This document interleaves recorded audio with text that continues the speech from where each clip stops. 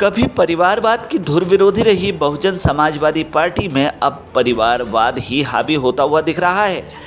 बसपा में जिस तरह से आकाश आनंद की पावर बढ़ रही है, जिस तरह से आकाश आनंद के ससुर की पावर भी बढ़ती हुई दिख रही है, उसे देखकर यही कहा जा सकता है कि अब बीएसपी का हाथी परिवारवाद की ओर बढ़ता हुआ नजर आ रहा है। बसपा में आकाश आनंद के ससुर की पावर भी बढ़ गई है। मायावती ने 3 और राज्यों का प्रभारी भी बनाया है। इसके बाद अब 10 राज्यों की कमान कहीं ना कहीं हाथ में देते हुए नजर आई है मायावती, और ये सब कुछ परिवारवाद की ओर इशारा कर रहा है। आपको बता दें कि बहुजन समाजवादी पार्टी के संस्थापक काशीराम हमेशा परिवारवाद के विरोधी रहे हैं।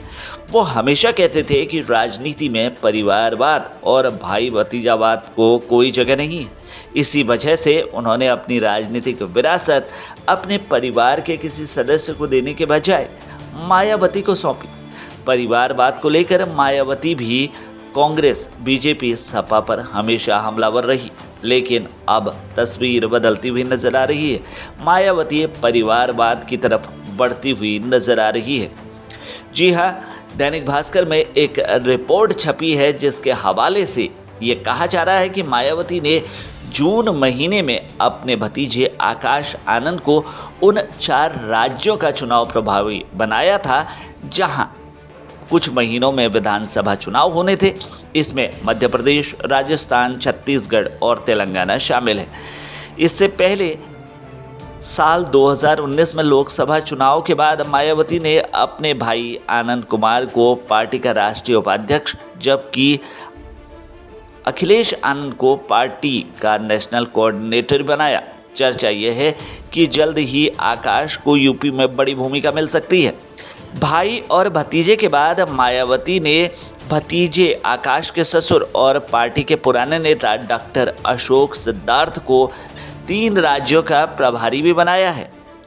मायावती एक तरफ जहां अपने भतीजे आकाश आनंद को राजनीति में जोरदार ढंग से प्रमोट कर रही है, वहीं अब आकाश आनंद की मदद के लिए उनके ससुर और पूर्व राज्यसभा सदस्य अशोक सिद्धार्थ को उन 3 राज्यों का प्रभारी बना दिया है जहां आकाश आनंद पहले ही चुनाव प्रभारी के तौर पर काम देख रहे थे।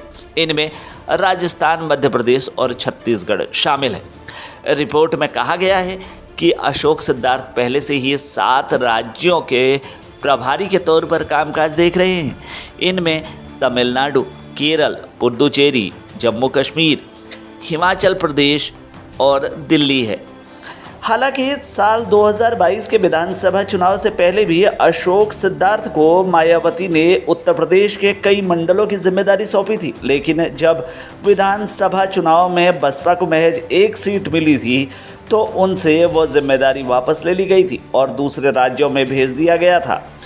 बसपा की अगर बात करें तो पार्टी में कई राष्ट्रीय महासचिव हैं। एक वक्त था कि पार्टी के सबसे ताकतवर महासचिव सतीश चंद्र मिश्रा हुआ करते थे। पार्टी के हर निर्णय में उनकी महत्वपूर्ण भूमिका हुआ करती थी। कई राज्यों का प्रभार उनके पास रहता था, लेकिन फिर 2022 के विधानसभा चुनाव के बाद उनकी पार्टी में भूमिका कम होने लगी। कई खास मौक़ों पर उनकी उपस्थिति जब देखने को नहीं मिली तो सियासी गलियारों में तमाम चर्चाएं भी उठी। हालांकि पार्टी में अभी भी राष्ट्रीय महासचिव के पद पर वही हैं।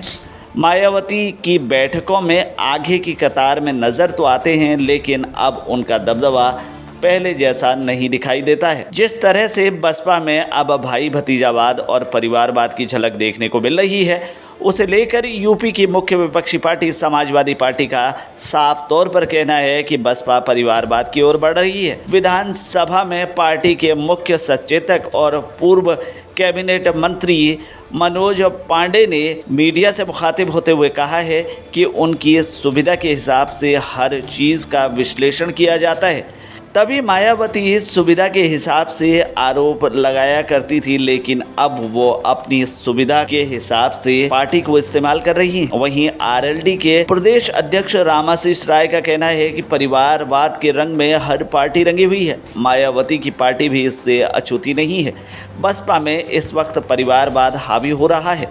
वहीं रामाशीष राय ने कहा कि बीजेपी में ही देख लीजिए कितना परिवारवाद है। निषाद पार्टी में भी परिवारवाद है, अनुप्रिया पटेल की पार्टी में भी परिवारवाद है। परिवारवाद से कोई पार्टी नहीं बची है। रिपोर्ट में आगे कहा गया है कि सियासी दलों में बहुजन समाजवादी पार्टी पर परिवारवाद हावी होने के आरोप पर पार्टी के राज्यसभा सदस्य और 7 राज्यों के प्रभारी रामजी गौतम का कहना है कि बीएसपी में परिवारवाद जैसा कुछ भी नहीं है। रामजी गौतम ने मीडिया से मुखातिब होते हुए कहा कि डॉक्टर अशोक सिद्धार्थ को इसलिए 10 राज्यों का प्रभारी बनाया गया क्योंकि उनके पास पुराना अनुभव है। 4 राज्यों में विधानसभा के चुनाव हैं। डॉक्टर अशोक कई राज्यों में पहले भी चुनावी कमान संभाल चुके हैं। ऐसे में उनके अनुभव को देखते हुए उन्हें ये जिम्मेदारी सौंपी गई है। सियासी दलों के आरोपों पर उनका कहना है कि विपक्ष का तो काम ही है बातें करना, लेकिन इन बातों का कोई मतलब नहीं है। वहीं बहुजन समाजवादी पार्टी के प्रदेश अध्यक्ष विश्वनाथ पाल का कहना है कि बसपा में कोई परिवारवाद नहीं है। उन्होंने कहा है कि आकाश आनंद की शादी तो अभी हाल ही में हुई, लेकिन उनके ससुर अशोक सिद्धार्थ तो पहले से ही पार्टी से जुड़े हुए हैं। तमाम बड़े पदों में वो पार्टी में रहे हैं, राज्यसभा के सदस्य भी रहे हैं, कई राज्यों के प्रभारी पहले भी रह चुके हैं। इसमें परिवारवाद कहाँ आ गया? और जहाँ परिवारवाद है वो किसी को नहीं दिखता है। सियासी पार्टी कोई भी हो, साफ तौर पर परिवारवाद झलकता है। अगर बीजेपी की बात करें तो उत्तर प्रदेश में लखनऊ से सांसद, देश के रक्षा मंत्री राजनाथ सिंह और नोएडा से उनके बेटे पंकज सिंह को लेकर विपक्ष लगातार भाजपा पर परिवारवाद को लेकर हमला कर रहा है। इतना ही नहीं, बीजेपी के सहयोगी दलों की बात करें तो निषाद पार्टी के राष्ट्रीय अध्यक्ष डॉक्टर संजय निषाद खुद एमएलसी है। उनका बड़ा बेटा प्रवीण निषाद बीजेपी के सिंबल पर सांसद है। छोटा बेटा सरवन निषाद भी बीजेपी के सिंबल से विधायक है। अब वो अपने डॉक्टर बेटे को भी राजनीति में लाने की तैयारी कर रहे हैं। इसके अलावा अगर अपना दल सोनेलाल की बात करें तो अध्यक्ष अनुप्रिया पटेल सांसद हैं, केंद्र में मंत्री हैं, जबकि उनके पति आशीष पटेल उत्तर प्रदेश सरकार के कैबिनेट मंत्री हैं और एमएलसी हैं। अगर सुबह सभा की बात करें तो ओम प्रकाश राजभर पार्टी के राष्ट्रीय अध्यक्ष हैं और उनके बेटे अरविंद और अरुण राजभर पार्टी के राष्ट्रीय महासचिव हैं। समाजवादी पार्टी की बात करें तो अखिलेश यादव, डिम्पल यादव, प्रोफेसर राम गोपाल यादव, शिवपाल यादव, धर्मेंद्र यादव, अक्षय प्रताप, तेज प्रताप यादव, अंशुल यादव एक ही परिवार से हैं। वहीं दूसरे दलों के लिए परिवारवाद को लेकर सपा को घेरने का एक बड़ा हथियार रहा है, यानी शायद इन पार्टियों को लगता है कि बिना परिवारवाद के वो सियासत आगे नहीं बढ़ा सकती हैं। वहीं यूपी विधानसभा के अंतिम दिन अखिलेश यादव और सीएम योगी के बीच जुबानी तीर चले। पहले सपा प्रमुख ने खड़े होकर विधानसभा में योगी सरकार की नीतियों पर सवाल खड़े किए। इसके बाद योगी ने सपा प्रमुख के हर सवाल का आंकड़ों के साथ जवाब दिया। हालांकि दोनों ही ओर से परिवारवाद पर जमकर बयानबाजी हुई। दरअसल अखिलेश यादव पर परिवार का आरोप हमेशा लगता रहता है। इस बार विधानसभा में सपा प्रमुख ने अपने वक्तव्य के दौरान इस पर जवाब दिया, जिसके बाद सीएम योगी ने भी पलटवार किया। हालांकि विरोधियों के परिवारवाद को लेकर ढोल पीटने वाली बीजेपी भी इससे अछूती नहीं है।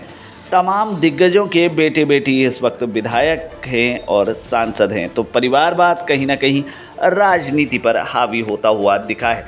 इससे अब बसपा भी अछूती नहीं रही है। फिलहाल के लिए इस खबर में इतना ही। बाकी खबरों के लिए बने रहिए हमारे साथ, देखते रहिए हमारे चैनल को, क्योंकि यहाँ मिलेंगी आपको तमाम बड़ी खबरें।